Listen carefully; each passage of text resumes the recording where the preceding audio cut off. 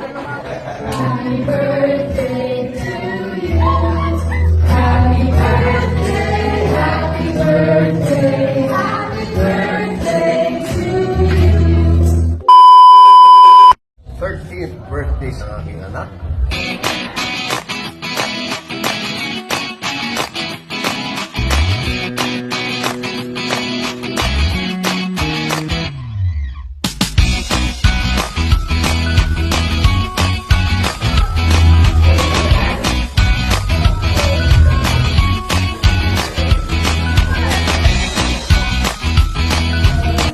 Mga best friends, nandito tayo ngayon sa 30th birthday sa aking anak, si Anechka.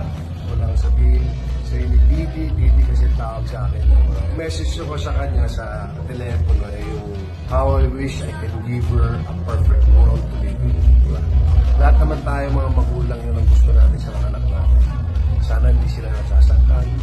Sana wala silang mga disappointments sa buhay.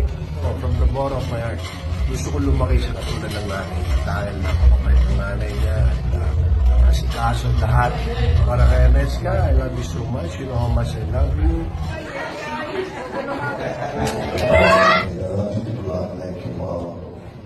She's amazing. She's a great woman. She's strong. She's intelligent, smart. Not a good singer, though, man. Yeah.